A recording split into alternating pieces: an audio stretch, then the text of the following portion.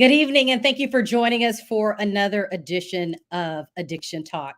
My guest tonight is very dear to my heart. I grew up listening to her music and being inspired by her journey. And I'm so thankful that she has agreed to share some things she's never shared before with us tonight. Take a listen to her story. LaTavia Roberson is an American singer, songwriter, and actress who's best known as an original member of the highly acclaimed R&B girl group Destiny's Child. Alongside Beyonce Knowles, Kelly Rowland, and LaToya Luckett, she played a pivotal role in the group's early success, contributing to several chart-topping hits. Following her departure from the group in 2000, LaTavia faced personal struggles with drugs and alcohol and spent time behind bars. Now, more than 20 years later, LaTavia is making a comeback in her life and career. Addiction Talk starts now.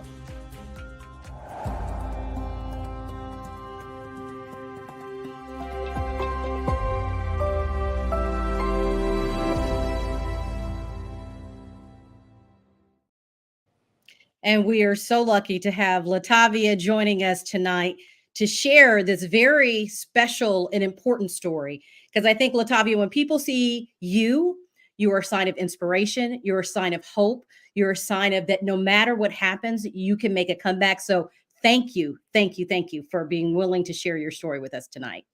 Thank you. Thank you for having me. Even just watching everything that came through, it made me a little emotional, not gonna lie. But no, thank you for having me. And it's such a blessing to be able to be put on a platform to be able to express the things that some people will not say and that are ashamed to say. But I'm here and I'm grateful again for having me. Thank you so much. Now, one of the things you said, LaTavia, is when you watched that, it made you a little emotional. What do you think it was about seeing your journey that kind of impacted you in that way? What just impacted me in seeing like all the clips is that you try to put together so many things at a certain point in time, and then when you see it put together, like no matter what has happened, it's just like, wow, that has been something that has been my life. And then here I am now at this age, that age, and oh my goodness, I'm a mother, and there's just so many things. But it was a lot of grateful times. It showed me that the Lord has taken me through so many different stages in life, and to be able to sit here today is just, it's absolutely amazing. Thank you, thank you, thank you. Well, let's go back. Take me back, because I know a lot of people remember you. They see your face. They remember you as an original member of Destiny's Child. What was that like? Take me back. How old were you at the time? What At was the it like time to experience that? when we got our record deal or when I started working? Both. I want to know all of it, girl. I started working when I was 6. My mother, I was with my modeling agency. I was a figure on the Just For Me perm box for over 10 years. I was doing commercials. I was auditioning for commercials and things like that. And excuse me. I'm so sorry. Sorry, I That's have a okay. You 4-year-old. have I'm so kids. You sorry. said you had kids, and we Oh understand. my This is God, live, I'm so girl, sorry. so I it's apologize, okay. everybody. Oh my goodness. Um, So go back. You were saying that you've been in the industry doing yeah, some type in the I was public 6 eye years since you were old. 6. I always wanted to be an actress and I wanted to do commercials. So my mom put me with a modeling agency, Sherry Young. And through Sherry Young is how I got the audition to be able to be a member of the group that became Destiny's Child. So I started working then, and no matter what, I kept on striving, and no matter what happened with everything, I was able to continuously be able to build. I became a singer. I wasn't a singer, I was a dancer first, and then I Mm. was a rapper, I was a hype master. And then my life just evolved because of my mother putting me into vocal lessons. It determine the faith of my existence in the group that became Destiny's Child. What was it like at the height of the career, at the height of your career, doing that and being a part of the group? We see it from the outside, but to experience it. What it was like for me to experience that, especially at being such a young age. We were 15 when we got our, well, I was 15. I was the baby of the group. So I was 15 when we got our record deal. So to be someone so young, and a lot of people think that, oh, they were overnight success, because when No No No came out, they were like, oh, y'all are popping. But they have no idea that we prayed together for so many years to be able to get the opportunity. And when we got signed to Sony Records, it was unrealistic to us, especially being so young. And then it did take off so fast. It's like, what do you do? It's like, I'm a kid, you're being told what to do. So you go to work. Wow. So you're 15 years old. You knew that you'd always want to kind of be in the public eye. You thought it would be acting, but you get this opportunity and you're living your dream. I Yeah. mean, people are recognizing you, you have chart topping hits, and then it comes to an end and you're no longer in the group. What was that like for you?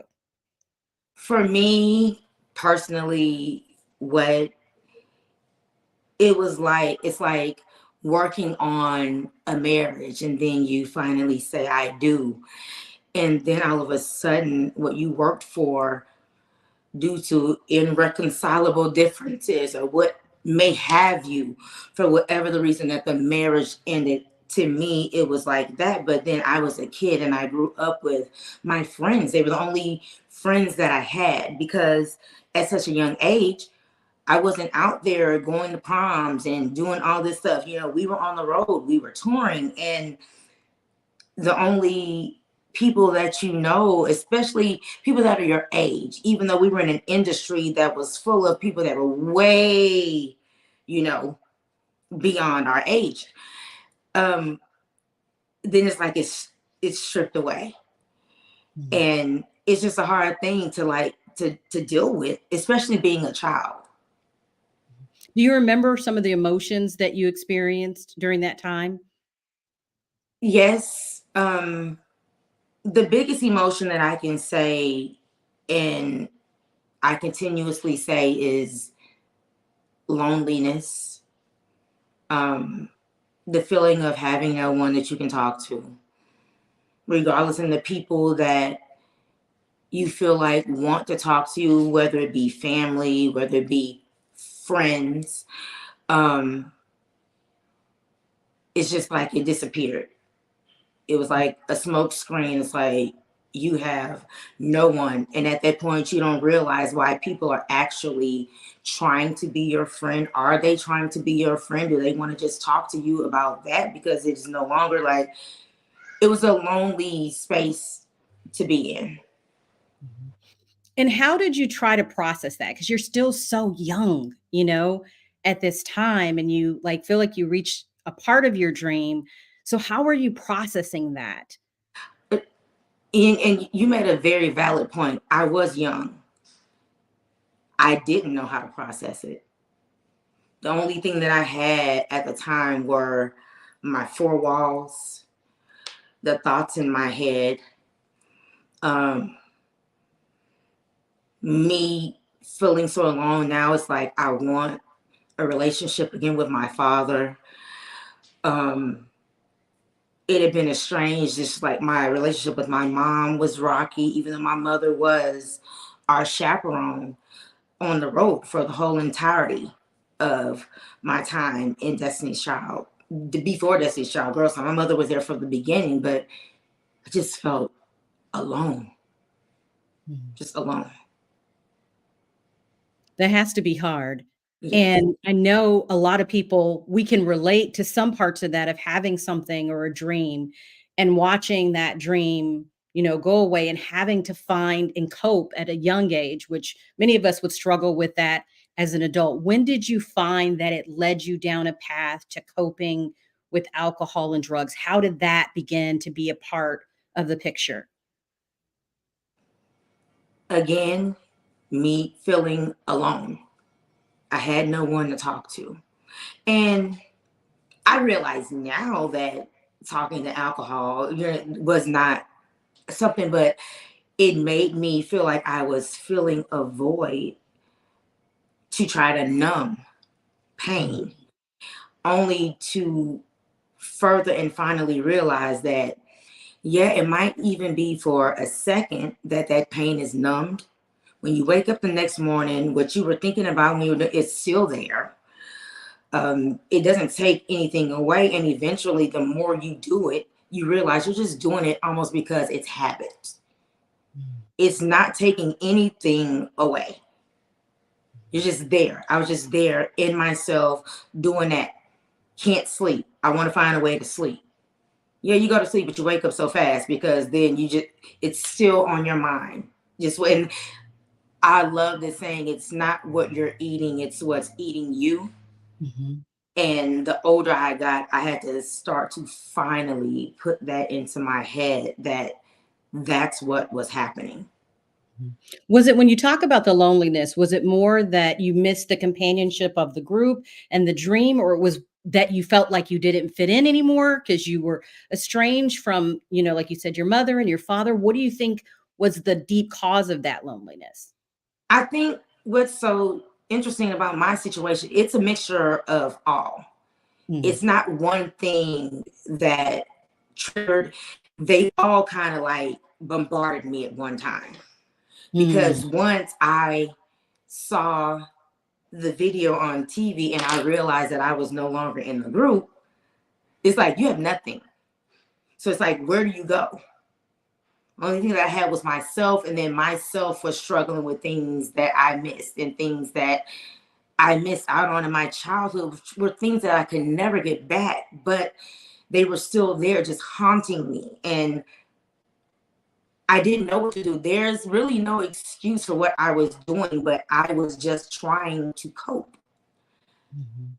in the How best way that I knew how at that time. And LaTavia, when you're coping, you said you knew, drugs and alcohol weren't the answer, but you found that it filled a void. How long were you in that state, and how bad did it get? Because I think a lot of people, they experiment or they start out and they think, oh, I'm just drinking a little bit because I'm feeling down. And then they find themselves spiraling. So Yeah, how did it progress for you? it progressed for me. For me, it was really circumstantial and it was situational with me. It wasn't that I was just all day, every day. Oh, no, I was not that person. But some days I will feel more low. Other days when I'm like, I'm not going to do anything. I don't want to get out the bed. This is what I want to do. And I'm just going to stay here. It was never bottles and bottles and bottles, but it was more so me being emotional being that I am. My emotions mixed with the substance abuse of it all, it was making it way worse than it should have been, than it could have been. But thankfully, it didn't get horrible. But no, I got to a point to where it's like you either have to do this, you have to get out of this, and you can no longer continue to live your life like this. It will come to nothing. One of the most things that I really remember is when people would talk to me, it would never be about how are you doing? What's going on with you? Girl, when you gonna put out some more music? Oh my gosh, what happened? Oh my gosh, did you ever argue with Beyonce? Did you ever did? And none of that stuff ever happened. My spiral went because of my own personal self. I had a life way before Destiny's Child. I dealt with things after Destiny's Child. I deal with things today after Destiny's Child. I deal with things today after the old LaTavia Roberson. But it's a stride every single day, every day. Mhm. So, LaTavia, I know that you've said previously, and you were kind of talking about like the downward spiral. It wasn't like you were, consuming large amounts, but it became a coping mechanism. I know you Mhm. said previously that you felt like you almost were going to die, like you almost died multiple times. Tell me about that. Was that part of struggling with the alcohol and the drugs that you got to that point, or was it just other things were going on that you felt you weren't going to make it? I'm glad that you asked that because me feeling like I should have died several times, well, several, but the couple times that I definitely speak about, it's not in particularly because I was sitting and drinking. Had drinking been involved? Yes, but I had been in like car accidents, and just to even see my vehicle, I don't. know how I even walked out with just my shin bruised. I'm just like, okay, I'm at this wit's end. I feel like I can't breathe, to where I'm like having a panic attack, and I don't know why. It's just like the four walls closing in, they're getting bigger. Like, what am I going to do, Lord? What do I do? Did not know what to do besides sit there and wallow in it. There was nothing that I can do, and that's spiraling out of control. And then you get to the point to where you feel embarrassed in front of yourself. It's like, what are you doing? Nothing that you are doing at this point is saving you. It's not helping you. It's not making you sleep better. It's not making you do anything but due to habit, which is when it becomes out of control. It became such a norm that it was my norm at that time. That's I was like, I can't pick up the phone and call anyone. So like, hey, I'll talk to myself. And then I started living in my head. And how did you end up having the jail time? I know that was also something that you previously mentioned, that you were struggling with the alcohol and the drugs, and then also found yourself dealing with life behind bars. How did that come into Oh, to hold on, not life now. No, no, no, no, no, no, no, no. No, Never not life. life. I mean, you said, girl, don't give me life. I No, meant time. hold up, look, don't put me there. No, no, no. No, I meant time. I meant, experiencing life. But what happened was I got a DUI. I ended up getting put on probation.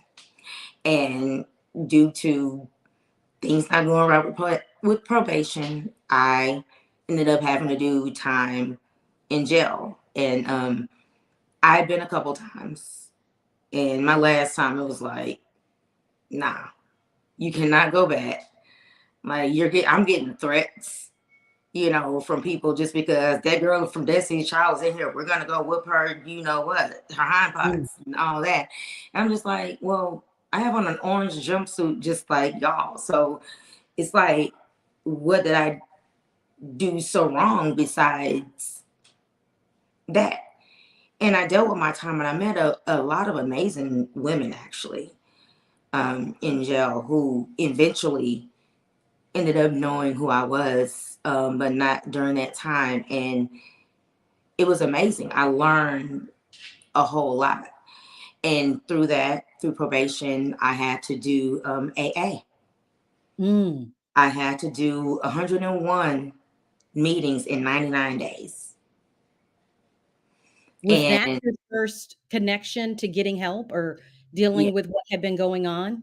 yes, outside of my grandfather, who dealt with something that arrested my grandfather's soul, but he was a part of Al-Anon because of my grandmother. And he was somebody that at this point in time, I was always able to connect with, because he understood what I was going through. So I didn't only go do my 99 meetings in 101 days. I actually got a sponsor. I worked the steps, and I didn't drink for over 3 years. I had to get to the core and just start to understand there are things going on with family that I know that I needed to address with myself, that I didn't especially expect for people to actually understand. But it had to start here. And even once my 99 days were up, I wanted to stay.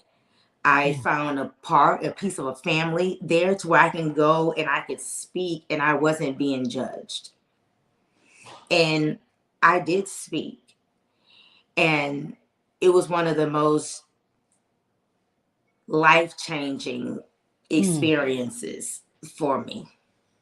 What made it life-changing? Was it that you felt like you were getting your voice back? Like, you found that family? Because you said Destiny's Child was like the family, like having that friendship. So going to AA and having other people who understood you, did that give you that same kind of feeling? It didn't, there's nothing that can compare to the Right. feeling I had with my sisters. Those were my friends growing up as us as children. But now I'm an adult and I'm responsible for myself. that can no longer be the reason why you're doing this. There are other issues outside of Destiny's Child that you are dealing with. And as I look back at it, like in hindsight, that was just a little piece of the pie. Me, I'd gone through being molested. I'd gone through, you know what I'm saying, physical, mental abuse in other aspects of my life. So it wasn't that. So that was just a piece. And a lot of people like to harp on Destiny's Child. No, that is not the reason. That was one of the best things that has ever happened to me in my entire life. And I would not take back that experience. And for the 3 now women that I did it with, I would never try to replace that experience with anything in the world. Nothing can. So what was it about it then that you said AA was life changing for you? It's because, like, I remember my first time going. I'm like, I'm not going to sit here and talk. I'm not going to say anything. But as I went more, yes, my paper was getting signed, but as I went more and I started hearing other people speak, and the stories that I heard were unbelievable. I'm like, well, what I can say could not be, this crazy. And so I started to talk. And then people started saying that they can relate. And then it was even more interesting once people got wind of who I was. But I met the group through my grandfather, who was like my father at the time, more than anyone. And I just felt comfortable. And the more that I talked, the more I started feeling comfortable with myself. It's just like you are just a reflection of your surroundings sometimes, and then you're a reflection of yourself. And so I had to start looking at myself more than anything than trying to blame and point fingers at anyone else. Because at this point now, I'm an adult. There are things that I can change that I don't need a legal guardian for me to do. So you see that you have the possibility to change your life as you're in Absolutely. those AA meetings. What did you do next? I know you've mentioned before that you went to therapy. Were there other things that this led you to do to begin to tap into what was going on with you and really finding, your voice again? What, like I say, it's a day-to-day battle, especially back then. It was harder. But I had to start realize I had to start realizing, I'm trying to say 5 words at the same time. I had to start realizing that you are enough. What I don't need is everyone's approval from the outside world. I can do bad by myself. And although people hadn't seen me for a long time, oh my gosh, where is she? She bitter, she this, because she won't put out any music. Putting out music and having to be a part of that world would not have been good for me at all. Regardless of how much, although I never just wanted to be a singer, I have music in my heart. My ear for music is amazing. It's something that daily I have to listen to music. It just gets me through no matter what genre it is. But I'm like, that's not where I need to be right now, because there would be too many outside influences, and I didn't need that. I needed to get to know me and get to the core of who LaTavia Roberson really is. And I know that as we grow, we evolve, and that changes. But I know that I am who I am, and I needed to be comfortable with that. I've always looked at myself as a rebel. I've always been an underdog. And I've had to accept that about me. I've had to embrace and love the loving person that I know that I am. And the piggyback off of what it is that you said, one thing I started doing was reaching back out to my dad to just start to try to rekindle that relationship, regardless of what it was, regardless of what I needed to learn. There were differences between himself and my mother, and I had to learn how to separate that. I'm like, y'all are the only 2 parents that I have, so trying to find a balance in being a daughter and trying to understand some things that sometimes is not that easy, because our parents have their own minds as well. But having a relationship with my dad and having a relationship with my mom, even now, regardless of what we might go through, it's very important to me. It helps to keep me grounded. Well, I want to commend you because I think something big that you said is that you took time to dig deep and to get into who you were. And I remember hearing somebody say that the heart beats to itself or supplies blood to itself first. And so many times we're trying to give or put your oxygen mask on first. And you could have put out music or you could have gone back into acting, but you really took that time away to understand yourself and to find out what was going on with you. That is so huge. It would have been false if I did. And as much as I know that it's something that I wanted to do, I wouldn't have been doing it for me. And I'm a person that believes that all money ain't good money.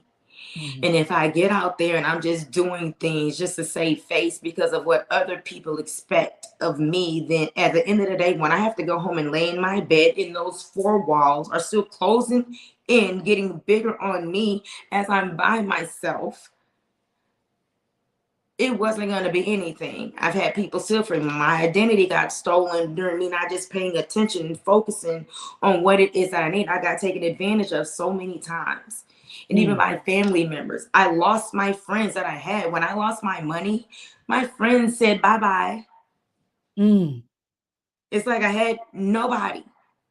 So there it goes again. Who can I talk to? I'm not talking to anybody, but it's okay to take a sip and then you start talking to yourself. And when you live in your head, it's one of the worst places to live, especially if you do not have positive influences around you, people that are trying to uplift you for the right reasons, not to see where they can get in, where they fit in.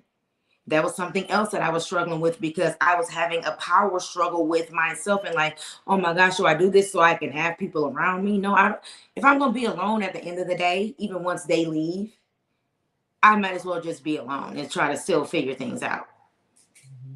How would you describe that process of rebuilding your life? I know identifying with who you are, knowing that you are enough. Because, girl, a lot of people, even if they're celebrity and you see them, don't know that they're enough. That it is how they feel like people see them that makes them enough. So the fact that you got that, first of all, that's priceless. But how was that in rebuilding? How was that in rebuilding for you? How long did that take? What was that process like? It took a long time. It was probably like a couple years ago that I finally said, you know what? No matter what, I used to see, even when I kind of dipped back into social media, because when the group ended, it wasn't social media and things like it was. So when I start putting myself, oh, who is she? Who she thinks she is? She ain't this, you know, it's just all that. And people were just comparing me to things that they had no idea about what was happening with me. And I don't expect for them to know. And then when you're transparent, sometimes people don't think that because you're not all this and popping enough and all that. I'm kind of an introvert and I got to writing and I got to writing to God a lot. And I have a book that says, let your requests be known to God. So no matter how crazy I feel when I write in that book, it's just me having a conversation. I speak to God all day, every day. It might sound like cliche. I'm not trying to be that. But I had to let God know the things that I wanted. And it took years. And I started slowly seeing those things manifest. As long as I stayed faithful to it, because it's easy to ask God for things, but it's once you actually start believing that they will happen, then your life will start to change and it will not be at your speed, at your time or anything like that. And I had to realize patience really is a virtue. And it was just staying faithful. I'm like, Lord, I don't see anything. What is going on? I'm doing what you look. Okay, keep on believing in me. And I will show you your worth. I will show you what you're worth, but you got to believe in yourself too. And it's hard. It's hard, especially when other people, they view you from the outside a certain way. And then you have people close to you that view you a certain way. They don't tell you, but then they tell you. So it's just like, I'm in a world at the end of the day by myself, surrounded by people who always have opinions. Mm. but it's never anything like really being done. So it's as a man thinketh. And the hardest thing to change is your mind. Mm. Well, girl, I can tell you've done a lot of mindset work because many of us don't even understand to deal with that outside criticism, to figure out who you are and move forward and know that it may take time, but that you'll get back to where you're destined, your destiny. So, when did you start to realize that you were going to be sharing your story? I know you're working on a documentary. When Yes. did you say, not only am I going through this, but now I want people to know the truth of my story? I want them to understand who I am. How did that happen for you? And when did you make that decision? I made the decision to let people know who I am when I finally said, you know what? I've made mistakes. And who's to really call them mistakes? They're really learning experiences. Mhm. And I don't believe in failure anymore. I used to believe in fear, and I used to call it F everything and run. Fear used to Mm. control my life a lot, but sometimes you have to do things afraid. And I started realizing that, you know what? No one can judge me but God. And you know what? Even with all the adversity and all the things that I've been through, I can speak about things to young women, young girls. I can speak to young men. You know what I'm saying? I can speak to a lot of people. And I am who she is. Mm. And I've accepted myself for who I am. And I know that every single day is a learning step. It's a learning journey. It's progress that can be made every single day. So Mm. as long as I know that, that's what made me want to share. Because there are so many people like, oh my gosh, she sang with Beyonce. She used to be in this room. She used to do that. She did that. Okay, well, we all have lives and we all are human at the end of Mm. the day. And I feel like that if I can share it and I can be very transparent, like I said, I can't be judged at all. And so, me sharing my story and my experience with anybody that I can help, and people always say, if I can just help one person, then I'm good. You know what? I'm okay with that. But no, I want to help many, many, many, and thousands and trillions of people if they can just learn from my story. What do I you want them to learn from your story? Because I think sharing it is huge, right? Because it lets people know they're not alone. Because some people feel like they're going, like you did, the walls are closing in. am. Nobody understands what I'm going through, but to see you share that lets them know they're not alone. But what is it that you hope they learn or that they take away or that inspires them from your journey? What I hope that people take away from my journey, and if and will, God willing, that I inspire someone, I just want them to know that no matter what, just believe in yourself. And you can't get help for anything that you're going through. Addiction doesn't just start with drugs or alcohol. It's food, it's clothes, it's shoes, it's cars. It's addiction comes in many different forms. What it is to just know yourself Mm. and know that it takes time and it is not an easy journey. And even with me and the things that I've gone through, I'm just like, you know what? I'm just like, you know what? I always have my faith in God and in the Lord. And what I always say is that, I always seek God. I don't seek perfection or anything like that, because the day that I seek that will be the day that I stop seeking God. And that's not, as hard as it might be, that's not an easy life to live. And I'm not perfect every day by any means. So But when will we get to see this documentary? I know that's in the works and see, is the thing about documentaries is that I'm giving y'all pieces now, but documentaries are things that are ongoing, and sometimes it might take time to mhm. do it, but I'm trying to do everything. That's why I like to do things like having talks with people, like wonderful people like yourselves, so I can just start getting everything out there about me that I want to speak with, and getting the support from everyone to want to know things that are going on. Everything hasn't been downfalls. There have been so many uplifting moments in my life, just like my children that y'all heard earlier today. But like, things that keep me going, and I have a real life. I have mommy's madness around here all day, but my children, especially at 31 when I found out that I was pregnant, was one of the most changing experiences of my life, because regardless of what I thought that I felt, my life was no longer my own anymore. I had a whole nother life that I had to take care of. And I've wanted to be a mother, believe it or not, since I was 15. I went through 2 miscarriages, and then I had my son. And my children, they keep me on my toes, and they let me know, Mom, you have a reason, you have a worth, you are enough. You're enough of getting on our nerves and telling us no, but they bring me joy. And my mother is here with me as well. And my mother helps a lot. And so I have a support system. I have the people around me. I have my team. I have my Ryans. I have my 90s. I have all of my people around me that are very close knit. Well, you sound like you're ready. Like this is your Hey, time. bring it on. So besides the documentary, I know a lot of people want to know what's next for you. What do you see? I know you said singing is a part of it. It's not your only thing. Do you see yourself getting back in the limelight in the way that you were? Is that something that is on your heart? I know you said you've been praying, but is that part of what you're hoping to manifest in your life?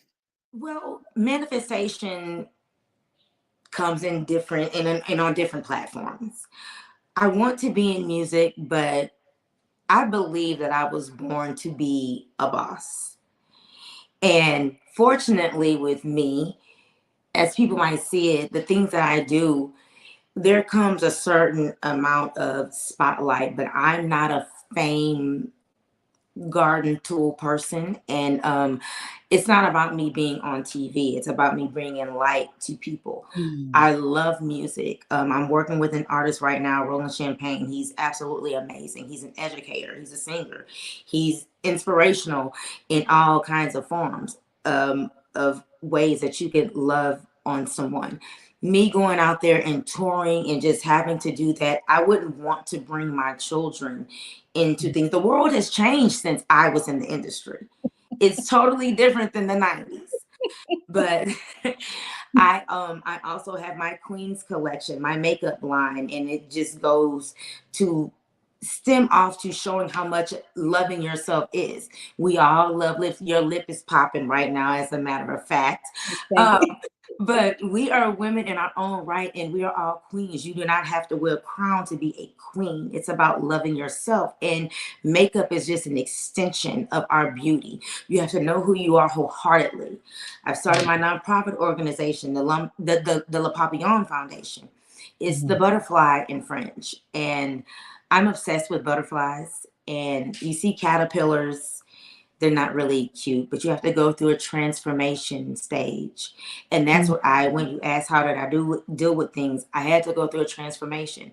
Some people's journey in the transformation takes longer than others, but I've never seen an ugly butterfly. So what I want to teach my young girls through my foundation is that it's about spreading your wings and being able to fly at your own pace. You can't let anyone tell you when you are ready. You have to be ready, and you have to do it for yourself. I'm branching into so many other things, as well as starting a LMR clothing line. The sky's the limit for me. And just being an entrepreneur and being able to understand that you can't control everything, but only God controls your destiny. And there's so many things that I've wanted since I was 15 years old. And I've waited and I've thought and I've prayed about it. And slowly but surely, they're Mm. coming into fruition. And I could not be more grateful. Well, it Oh, sounds like you're making an impact. While your music did make an impact, I can see that you realize that all along it's just about impacting people, whether that's through absolutely. music, whether that's through your makeup line, whether that's through clothing. It's you impacting people to Yeah. make a difference in their lives. And I know so many great things are happening for you. I also heard that you recently had a chance to have a reunion with the group. How was I did.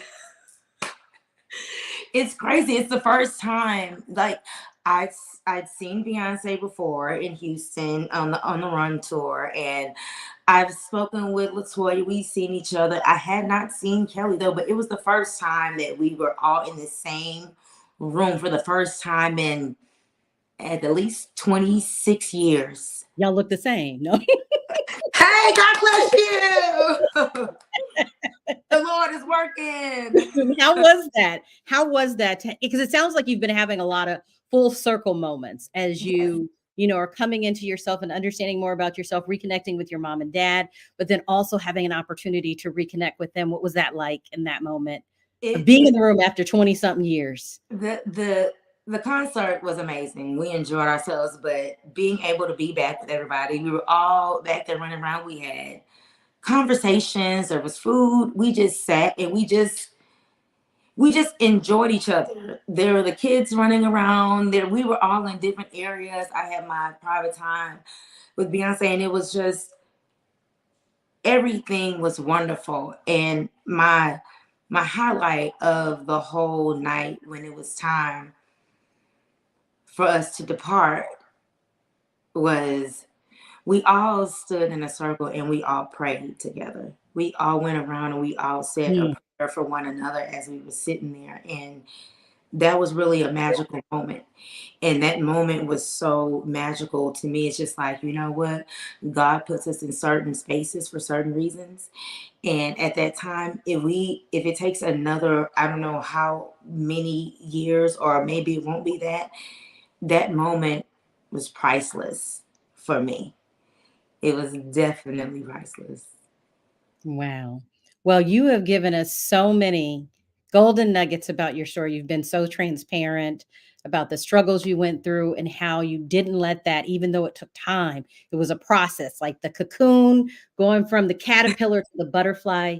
You're like the butterfly now, and you're hoping that so many people can be inspired by your story. And I guess I just have one final question for you. If there was one message you could leave tonight for someone who's struggling, because people who watch our show, there are people who have loved ones who are struggling with addiction and different things, or who are in downtrodden times in their life, or even somebody who's right now seeing it who says, she's me, I'm her, I'm in that where she was, where the walls are caving in and I don't see any of my life. What would be your final words to them? My final words would to anyone who's struggling with anything, and it might seem a little selfish. I've been a yes person a lot because I'm so giving, just like with my philanthropy work, everything. I love giving, but it's okay to say no sometime. And the one thing that I would say, love yourself. Mm, Love yourself first. And when you're a giving person, sometimes it's very hard, but you can't love anyone else. You can't be of any use to anyone else if you do not love yourself. Healing and everything starts from within. No mm, one can tell you, oh, you need to go to this group. It's going to help you. No, I'm sorry. It's not.